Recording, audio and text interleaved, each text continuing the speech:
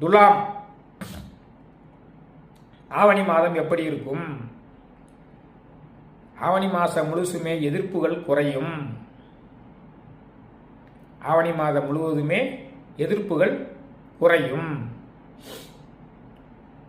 பிள்ளைகள் வெளிநாடு செல்லக்கூடிய முயற்சிகள் இருந்தால் அது பலிதமாகும். தொழில் சம்பந்தமாக சிலருக்கு வெளிநாடு செல்லக்கூடிய வாய்ப்புகளும் வந்து போகலாம். தன லாபம் உண்டு, லாபம் அதிகரிக்கும்.